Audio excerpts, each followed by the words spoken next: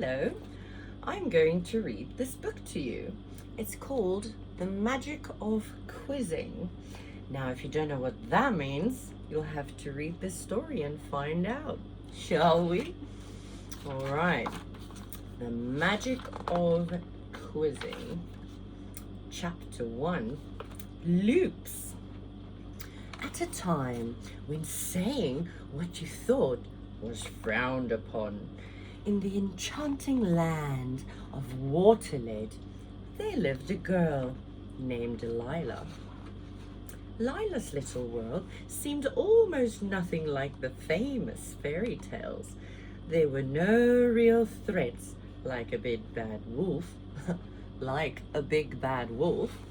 but there were other troubles. Oh, there she is, Lila. Lila's parents, caring and imaginative, built a sparkling world just for her and her brother.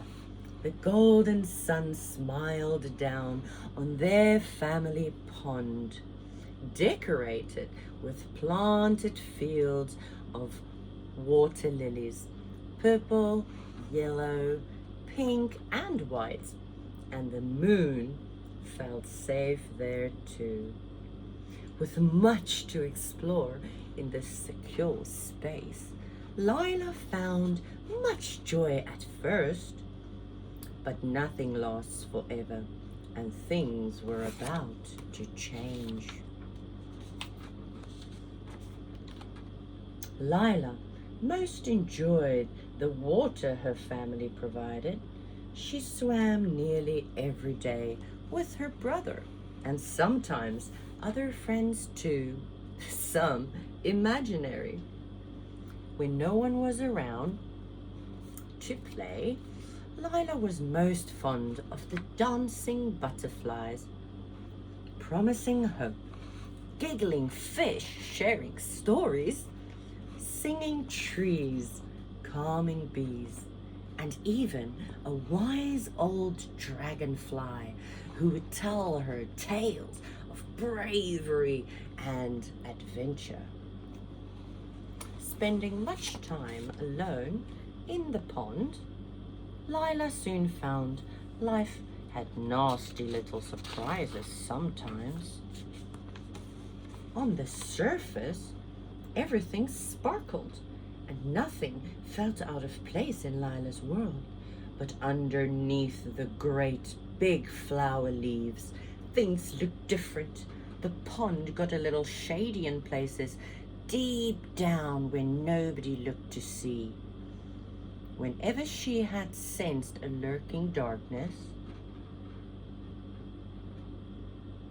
she quickly swam straight back to the surface and leapt out of the water like a frog, her little heart pounding so fast she could hear it throb. But even the thrilling things got a little boring eventually. She had learned to recognize the patterns in her tiny world. As if on a loop, she started to long for change. Chapter 2, Way Out. As Lila's birthdays piled up over the years, she strangely felt more and more like a goldfish in a fishbowl, with her lips squelching up against a glass wall. She grew curious.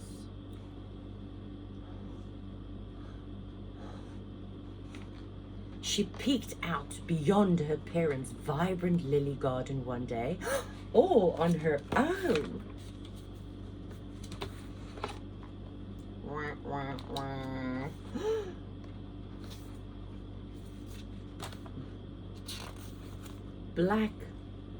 Black hole? What is this place?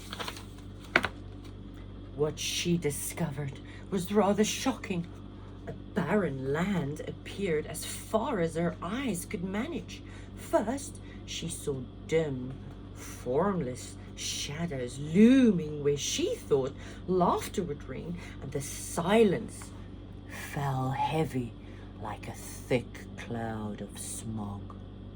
Next, she saw an enormous sign reading "Black Hole." Lila was taken aback. People live in this weird place? This dark zone stirred up an uneasy feeling inside her, but she did not understand it. So she went back to the lily garden for now. Hello, Mum. For now, she pretended that all was well in the world, but reality had started to transform. Lila endured more and more unease about the outside world that was never spoken about much. Soon, something even weirder happened to her. Whenever she tried to speak, her words tumbled awkwardly. And whenever she mused, it felt like a whisper, lost in the wind. That was up until a day came when an unknown but friendly face visited her family pond. Chapter 3. 2 Cats. The visitor seemed harmless and cute, and they talked about many things. It was Lila's mum's friend's daughter. They had started to bond and would soon have more fun together than Lila could have ever dreamt of. They were in for a treat. There they are. What is your name then? Lila asked after a long conversation. Uned. I'm Uned. And who are you? Uned giggled. I'm Lila, and I'm absolutely delighted to meet your acquaintance. She chuckled. It was a brand new beginning for them both, and they had no clue just how much more than names they would exchange before long. Lila and Uned ever so often met after school, and on weekends Lila could not wait to see her friend. They discovered new things to talk about all the time. Speaking was not difficult for them now. They had YouTube to guide them whenever they found interesting things in the depths of the family pond. And more importantly, they had each other. Often they could not agree on what they thought they had found, even though they did have the internet. As a team, they had discovered there was a difference between electronic devices, hello, and reality, which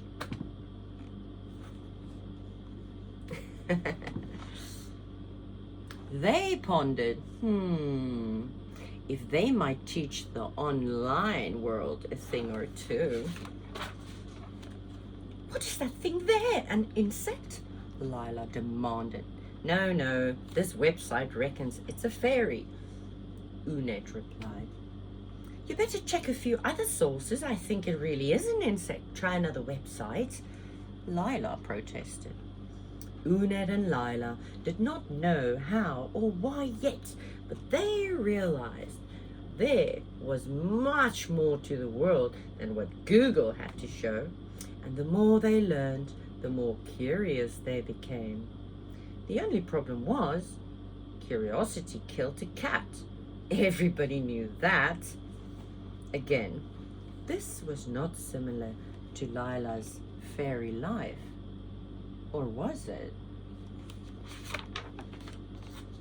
Chapter 4, Complex.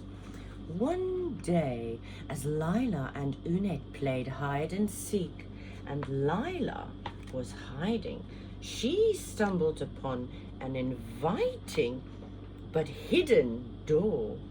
It was behind the grand leaves of a delicious monster plant. Hesitant for just a moment, she turned the handle excitedly.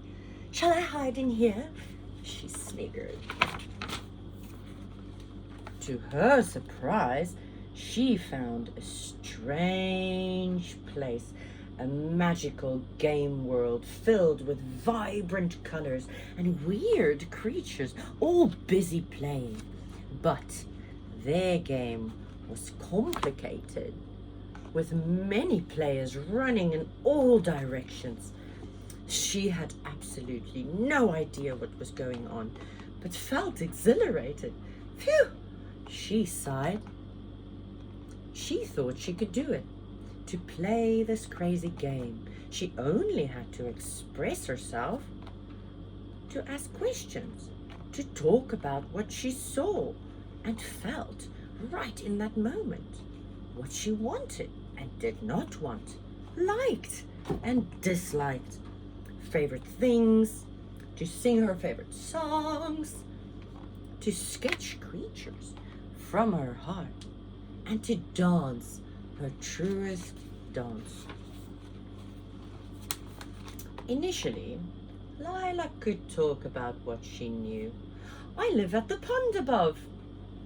But then it became boring real quickly. After that, she did not talk about anything, even if it was happening right now, in real time, in front of her eyes. She felt shy, not exactly knowing how to ask questions. Her mind blanked. So her old fears came creeping back into her heart like a spider. And she swam back to the pond like a wounded shark, where Unit was luckily still waiting for her. "Will Unit ever believe me?" Lila fretted. Unit stared at her in disbelief. With twinkling eyes and a warm smile, Unit exclaimed, "Where have you been?" "You won't believe me. I'll have to show you." Lila led the way.